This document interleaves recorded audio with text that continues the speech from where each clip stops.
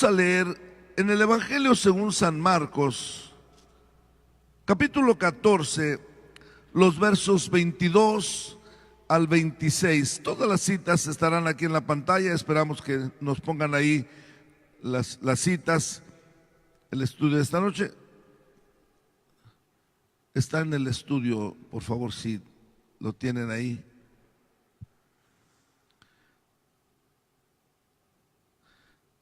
No es ese. Bien, vamos a leer Marcos 14 del 22 al 26. Dice: el primer día de la fiesta de los panes sin levadura. A ver, aquí estamos. Ahora sí. Y mientras comían, Jesús tomó pan y bendijo y lo partió y les dio diciendo: tomad, esto es mi cuerpo. Y tomando la copa y habiendo dado gracias, les dio y bebieron de ella todos.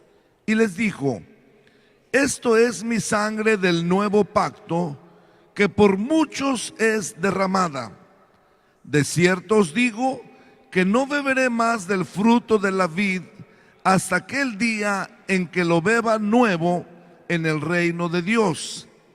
Cuando hubieron cantado el himno, salieron al monte de los olivos. Que Dios bendiga su palabra. Pueden sentarse, hermanos. Fueron muchos los acontecimientos de este día. Podríamos ocupar mucho tiempo explicándolos, pero voy a tratar de ser breve explicando al menos 10 lugares o 10 cosas que vemos hacer a Jesús. Como dije hace un momento, lo hemos visto a lo largo de esta semana, desde que entró como rey a la ciudad de Jerusalén. Ya hoy por la mañana le ha dicho a los discípulos que fueran a preparar un lugar en donde iba a celebrar la Pascua. Jesús, como judío, tenía que celebrar la Pascua con sus discípulos. Y la Pascua era una festividad en memoria o en recuerdo cuando el pueblo salió de la esclavitud de Egipto. ¿Qué era celebrar la Pascua? Era comer un cordero de pie como cuando salieron o estaban listos para salir de Egipto. Lo comían apresuradamente. Cada año tenían que hacer eso.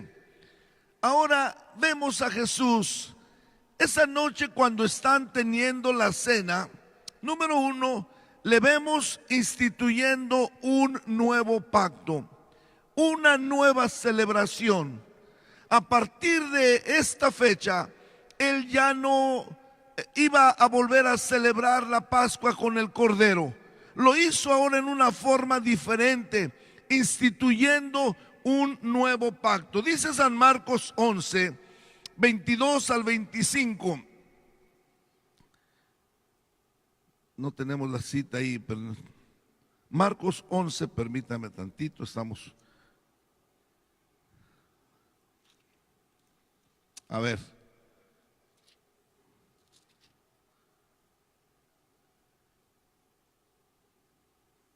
Sí, está correcto ahí. Marcos 14, 22. Marcos 14. Y mientras comía, Jesús tomó pan y bendijo y lo partió y les dio diciendo: tomad, comed.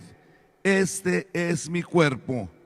Y tomando la copa y habiendo dado gracias, les dio y bebieron de ella todos. Y les dijo: esto es mi sangre de un nuevo pacto, que por muchos es derramada. Y de cierto os digo que no beberé más del fruto de la vida hasta aquel día en que lo beba nuevo en el reino de Dios. Está estableciendo él ahora un nuevo pacto.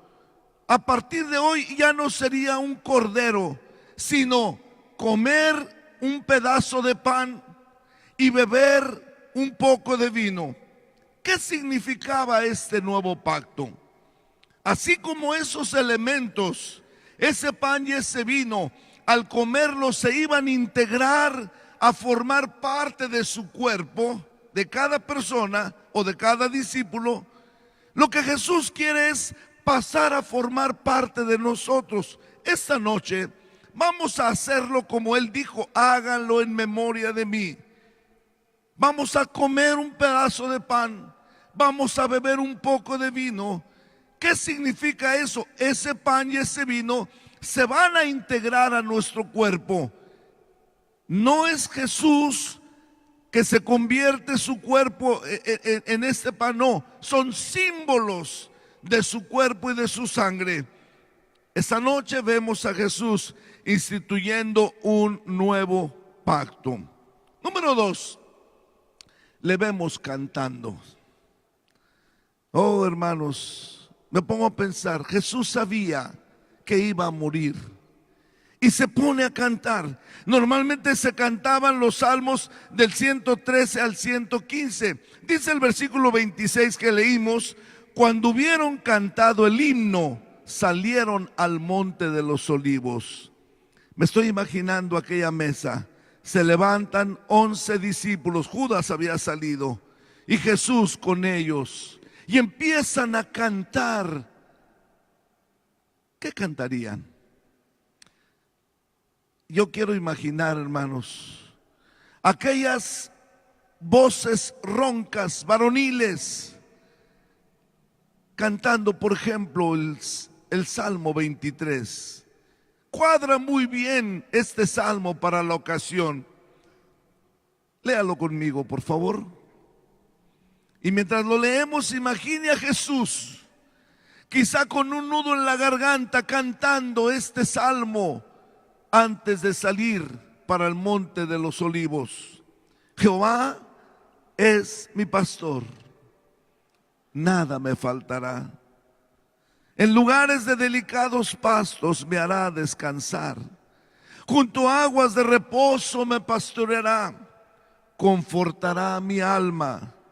Me guiará por sendas de justicia por amor de su nombre. Aunque ande en valle de sombra, de muerte, no temeré mal alguno, porque tú estarás conmigo. Tu vara y tu cayado me infundirán aliento. Aderezas mesa delante de mí en presencia de mis angustiadores. Unges mi cabeza con aceite, mi copa está rebosando. Ciertamente el bien y la misericordia me seguirán todos los días de mi vida, y en la casa de Jehová moraré por largos días. Después de entonar ese canto, no dice la Biblia que fue pero yo veo que cuadra muy bien. Empiezan a caminar. ¿Cuánta distancia hay de donde Jesús estaba en el aposento alto hacia el monte de los olivos? No es mucho, hermanos. Si acaso hablamos de unos 2 kilómetros, cuando mucho. Empieza su caminar. El aposento alto estaba en el monte Sión. Desciende y empieza a subir a ese lugar del Getsemaní. Número 3, de repente algo pasa en él y le vemos prediciendo lo que vendría. Qué cambio tan repentino, hermanos. El versículo 27 dice: entonces Jesús les dijo: todos os escandalizaréis de mí esta noche, porque escrito está: heriré al pastor y las ovejas serán dispersadas. Mientras él cantaba, sabía que el pastor estaba a punto de ser herido y que las ovejas serían dispersadas. Él está viendo a sus discípulos y entonces dice: todos ustedes se van a escandalizar de mí esta noche. Él está prediciendo lo que iba a ocurrir. Los discípulos le abandonarían, se iban a escandalizar. Cuando lo vieran tomado por los soldados, saldrían huyendo ellos. Por eso, de ese canto que está entonando diciendo: no temeré mal alguno, tú estás conmigo, ve el rostro de sus discípulos y piensa: aquel va a salir huyendo, ese es capaz de salir desnudo, aquel se va a ir por este otro lado. Por eso dijo: todos ustedes se escandalizaréis de mí esta noche. Llegan al monte de los olivos, al huerto del Getsemaní. Allí en el monte de los olivos está un huerto. Getsemaní es el lugar donde machacan bien las aceitunas para sacar el aceite. Y llega él, y número 4, ahí lo vemos padeciendo. Al cantar las hermanas, yo les decía, ellas vienen de un vestido de un color triste, recordando la tristeza que él tenía. Dice el versículo 33, por favor léalo conmigo. Y tomó consigo a Pedro, a Jacobo y a Juan. ¿Qué dice? Y comenzó a entristecerse y a angustiarse. Le pregunto, hermano, ¿usted ha vivido la tristeza? ¿Cuál es el momento más triste que usted ha pasado en su vida? Ese momento de tristeza, le iba a decir multiplíquelo por 100, pero no, yo creo que multiplíquelo por 1000 y usted va a entender realmente la tristeza que él tenía. Imagino que el descender del monte Sión y luego subir al monte de los olivos, al huerto del Getsemaní, era un caminar en silencio. Él iba ya entristeciéndose, y al llegar ahí dice, deja a la mayoría de los discípulos y toma a Pedro, Jacobo y Juan, 3 de ellos, y camina un poco más. Ya su corazón, hermanos, está lleno de tristeza y de angustia. ¿Por qué? Dice Isaías 53:6, todos nosotros nos descarriamos como ovejas, cada cual se apartó por su camino, mas Jehová cargó en él, en Cristo, ¿qué dice? El pecado de todos nosotros. Eso es lo que a él le ponía triste. La carga de nuestros pecados, hermanos, está llevando nuestras angustias, está llevando nuestras tristezas, está llevando nuestros dolores. Y entonces él se empieza a angustiar y entristecer en gran manera. Número 5, le vemos también doliéndose. ¿Sí? Hay muchos que se quejan en silencio. Hay muchas personas que sufren en silencio, no dicen nada. Pero miren lo que dice el versículo 34. Y les dijo, mi alma está muy triste hasta la muerte. Quedaos aquí y velad. Hermanos, él no pudo aguantar en silencio su dolor, su tristeza. Le vemos hablar. Intentó callar, intentó no decirle a los discípulos lo que él estaba viviendo. Caramba, cada uno de ellos estaba esperando en Jesús apoyo y respaldo. Y si Jesús se mostraba ante ellos con la angustia que estaba viviendo, ¿qué esperanza podían tener ellos? Sin embargo, Jesús no pudo más y le vemos doliéndose. Mi alma está muy triste. Mi alma está muy triste. Escuche al Señor decir eso. Hace unos días yo les hablaba que Jesús vino a entender exactamente lo que nosotros hemos vivido. Hermanos, no puedo quedarme callado con esto. Creo que no solamente yo, sino todos nosotros, la iglesia local, estamos recordando no la fecha, sino el día, el momento.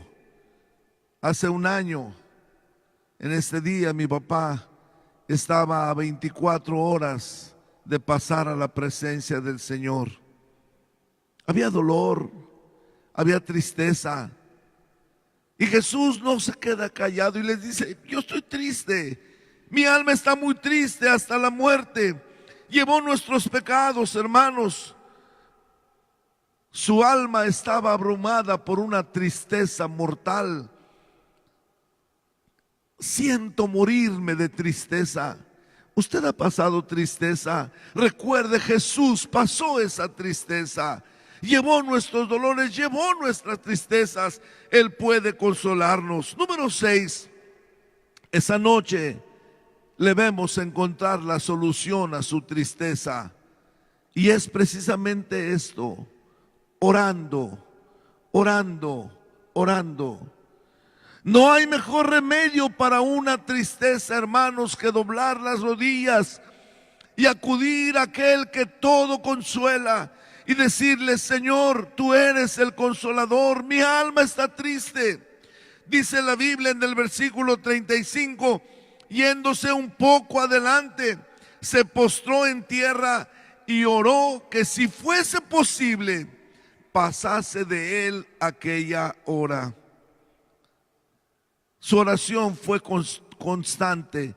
2, 3 veces clamó lo mismo: Padre, Padre, estoy triste, si es posible, pase de mí esta hora. No aguanto más. El libro de los Hebreos, la carta a los Hebreos, en el capítulo 5, verso 7, dice, mire qué texto tan interesante.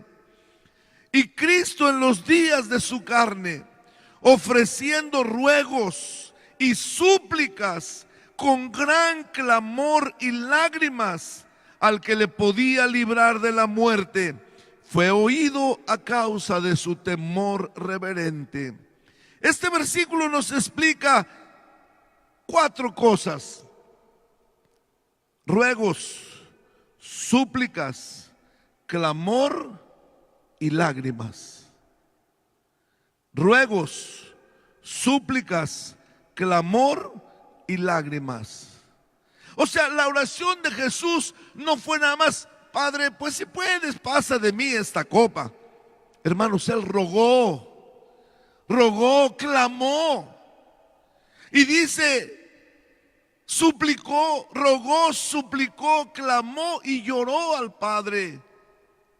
Fue una oración con carga, una oración con angustia, hermanos. Aquí es donde podemos comprender el gran amor de Dios por nosotros. Fue más grande su amor, el amor de Dios por nosotros, que fue capaz Dios de responderle a su hijo: no, hijo. Dios tenía en sus manos en este día jueves 2 cosas: la vida de su hijo o la vida nuestra. Te tenía en una mano a ti, hermano, hermana, y en otra mano la vida de su hijo. Y su hijo clamando: Padre, Padre, con ruegos, con súplicas, con clamor y con lágrimas: si puedes, pase de mí esta copa. Y Dios dice: no, hijo, tienes que morir para que ellos sean salvos. Bendito sea el nombre de Cristo. ¿Entiende usted el amor de Dios? ¿Entiende cuánto le amó Dios a usted y a mí? Por eso dice la Biblia: de tal manera amó Dios al mundo que dio a su Hijo unigénito, para que todo aquel que en él crea no se pierda, mas tenga vida eterna. ¿Qué más queremos, hermanos? Dios fue capaz de sacrificar a su Hijo. Esa noche le vemos instituyendo un nuevo pacto, le vemos cantando, le vemos prediciendo lo que pasaría con los discípulos, le vemos padeciendo tristemente, le vemos doliéndose, quejándose: mi alma está muy triste. Y le vemos orando al Padre con ruegos, con súplicas, con clamor y con lágrimas. Número 7. Y le vemos cediendo su voluntad. ¿Ha sentido la respuesta del Padre? ¿Ha sentido que no hay de otra? Él tiene que morir. Y dice el versículo 36, y decía: Abba, Padre, Padre mío, todas las cosas son posibles para ti. Aparta de mí esta copa. Pero luego agregó, fuerte, mas no lo que yo quiero, sino lo que tú. Cediendo su voluntad. Padre, yo quiero esto. Ese es el error que cometemos muchos cristianos. Quiero esto, Señor, quiero esto y pedimos, pero nunca agregamos esta frase importante: no sea lo que yo quiero, sino lo que tú quieras, Señor. Dice un himno que canta el hermano Manuel Bonilla: no lo que quiera yo, ni donde quiera ir, pues quién soy yo que deba decidir. Mi Padre escogerá la senda que es mejor. Y esa noche vemos a Jesús cediendo su voluntad. Que no se haga lo que yo quiero, sino lo que tú quieras. Solo quiero hacer tu voluntad, decía un coro que entonamos hace rato. Solo quiero verte sonreír, tocar tu mano, Señor. Quiero que sea lo que tú quieras, Señor. Yo quiero que tu voluntad sea cumplida en mí. Por eso había dicho en San Juan 5:30, no puedo yo hacer nada por mí mismo. Según oigo, así juzgo, y mi juicio es justo, porque no busco mi voluntad, sino la voluntad del que me envió, la del Padre. A lo largo de su ministerio él había dicho: yo solo quiero que se haga en mi vida la voluntad del que me envió, la voluntad de mi Padre.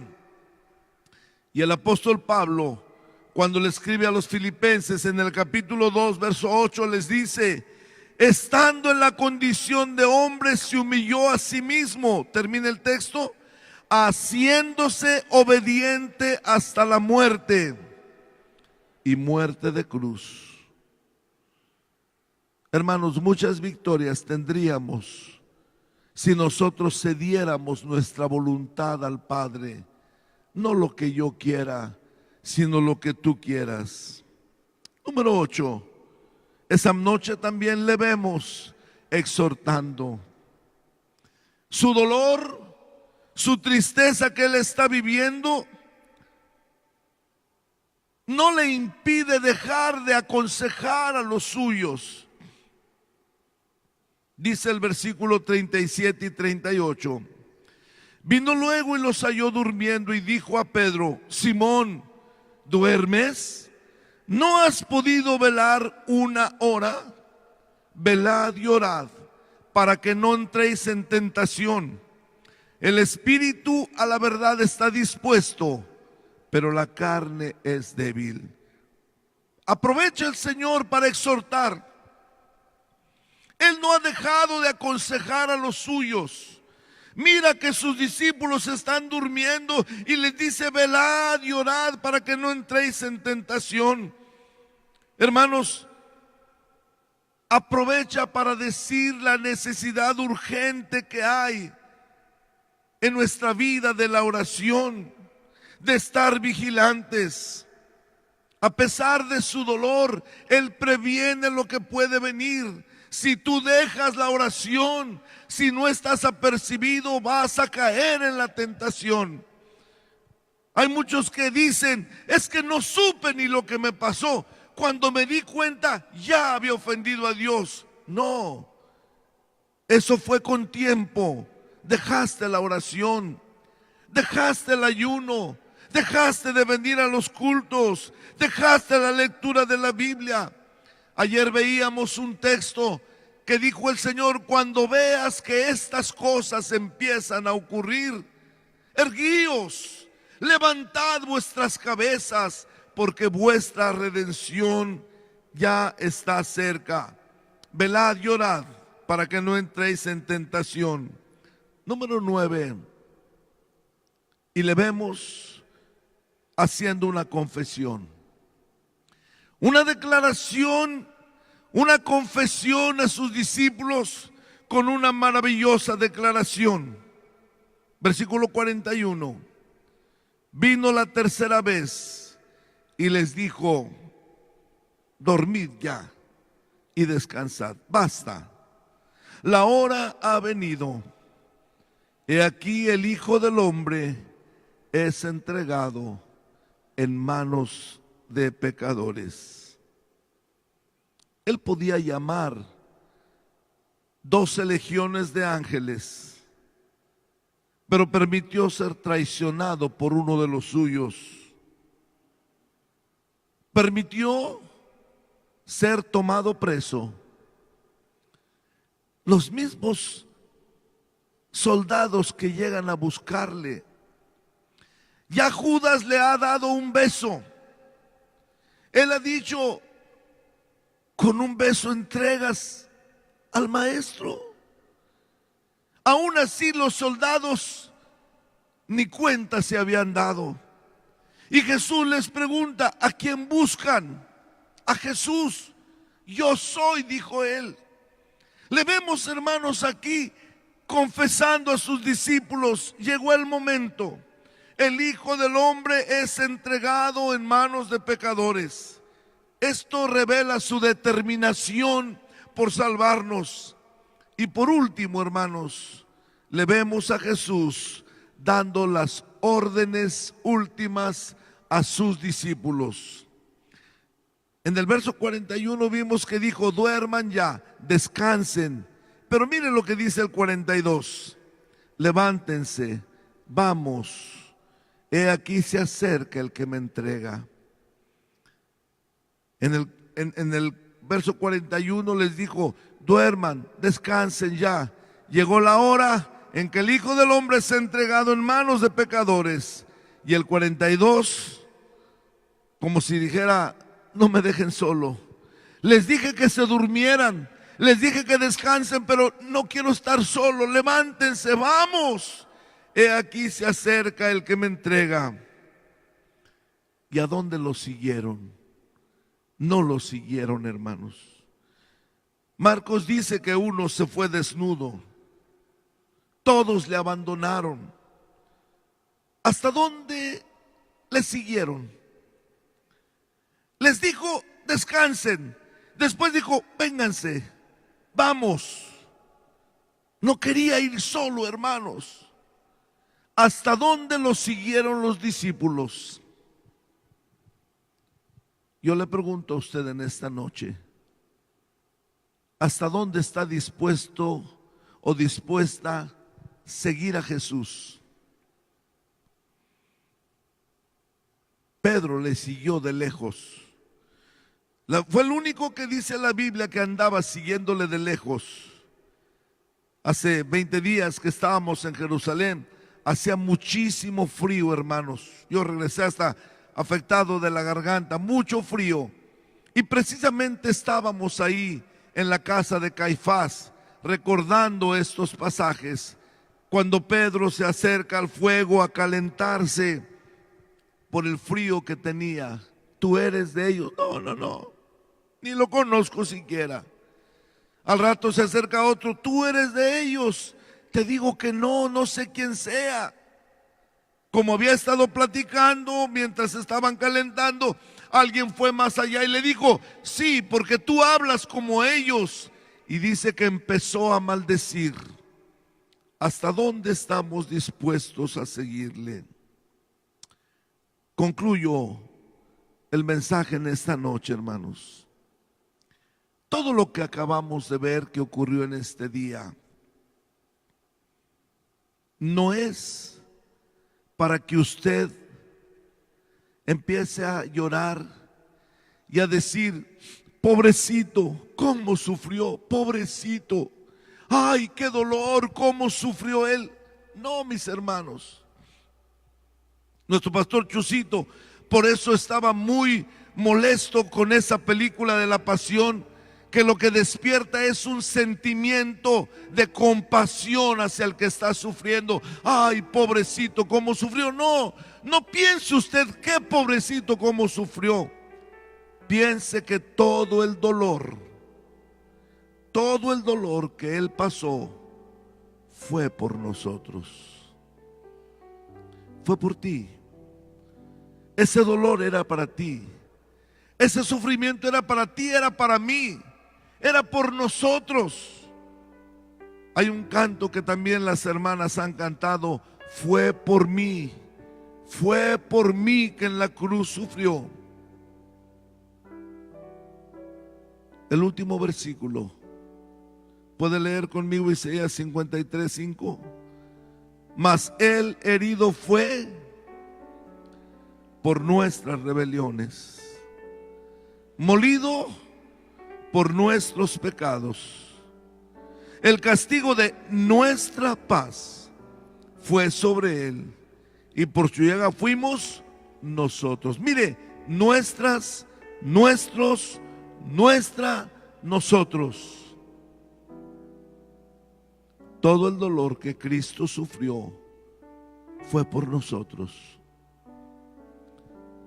Cuando Él dijo: mi alma está triste, era lo que a ti te tocaba, lo que a mí me tocaba: sufrir, tristeza, abandono.